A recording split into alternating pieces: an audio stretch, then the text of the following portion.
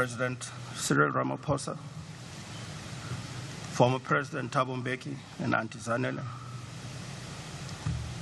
all cabinet ministers, dignitaries, and fellow mourners. I greet you all. I stand here today before you. My name is Zola Skweyiya, and I stand here with my two brothers, Vulgar and Hlatse, to today just give tribute to our father, Zola Skweyiya.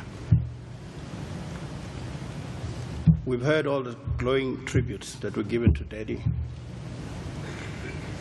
and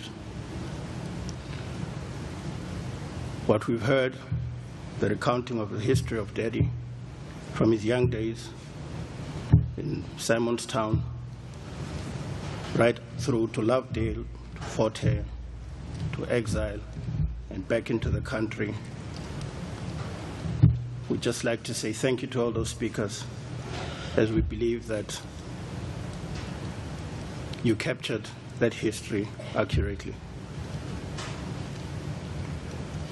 So the professional and the political aspects, we believe, have been accurately covered.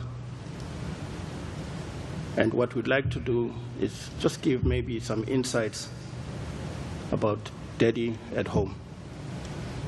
As the grandchildren have already spoken at the last, at the memorial service on Wednesday, they gave insight of the loving man that Daddy was. Daddy always put the children first. But what we really want to do today is to give thanks to Mama Tutu. Mama Tutu was the center of Dad's life, and Mama Tutu gave all for happiness to be achieved by Dad. And for that, we say thank you.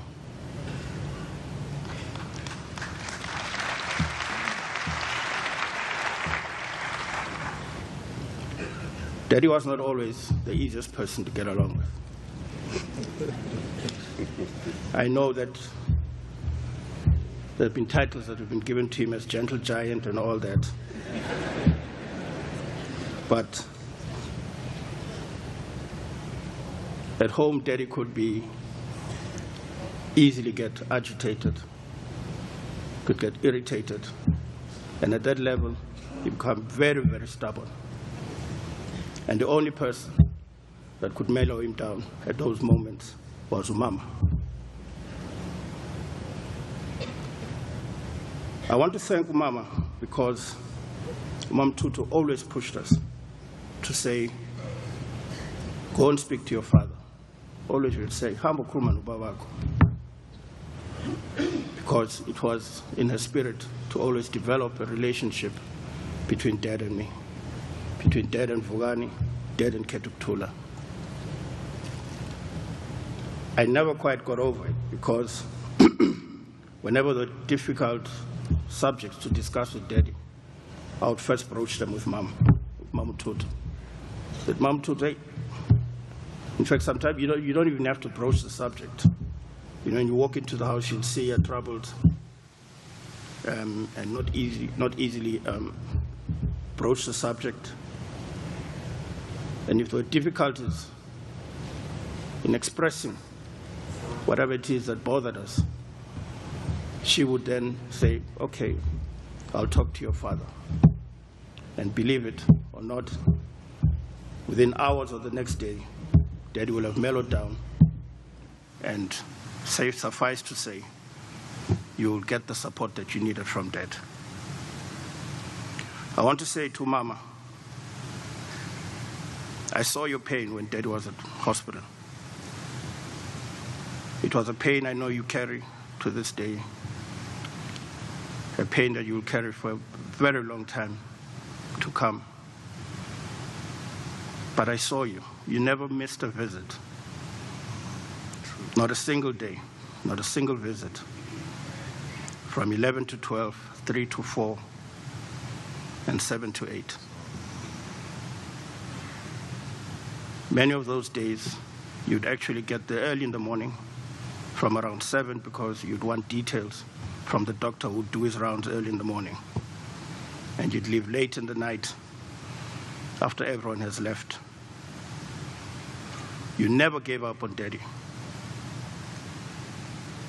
You had the staunch and unflinching belief that said Daddy would come back home, Daddy would be well, and would be a complete family again. In conclusion, I want to say to you, Mama, thank you. Thank you for what you did for Daddy. Thank you for completing him. I also want to give thanks to the family.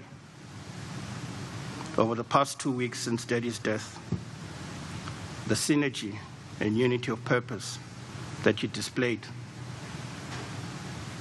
was just simply amazing.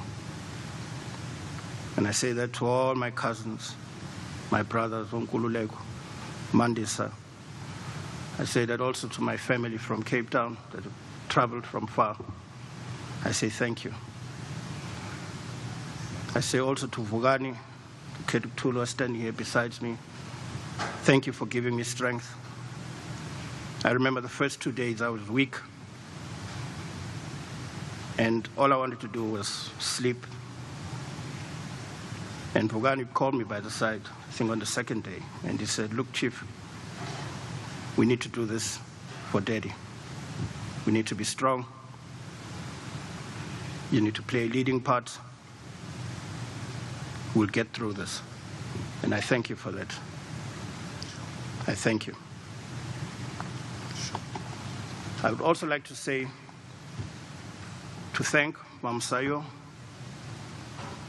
and family that came from Cape Town, from KwaZulu-Natal, for the support that you've given to Mom, to the multitude of visitors that helped to try and comfort Mama at the hospital, at home. Many of the visitors, friends that we knew from exile, friends that we hadn't seen in years, but during this tough and difficult moment, you were there for us. I would also like to say thank you to Oma Kotibetu, Bonke, Ntombi, Sylvia. You did a fantastic job. Nkululeko, Zolega, fantastic. To Namshal, Kenny, Loiso, Sipe, and all those that I've left out. No, it's not to offend you. It's just the occasion. I thank you all.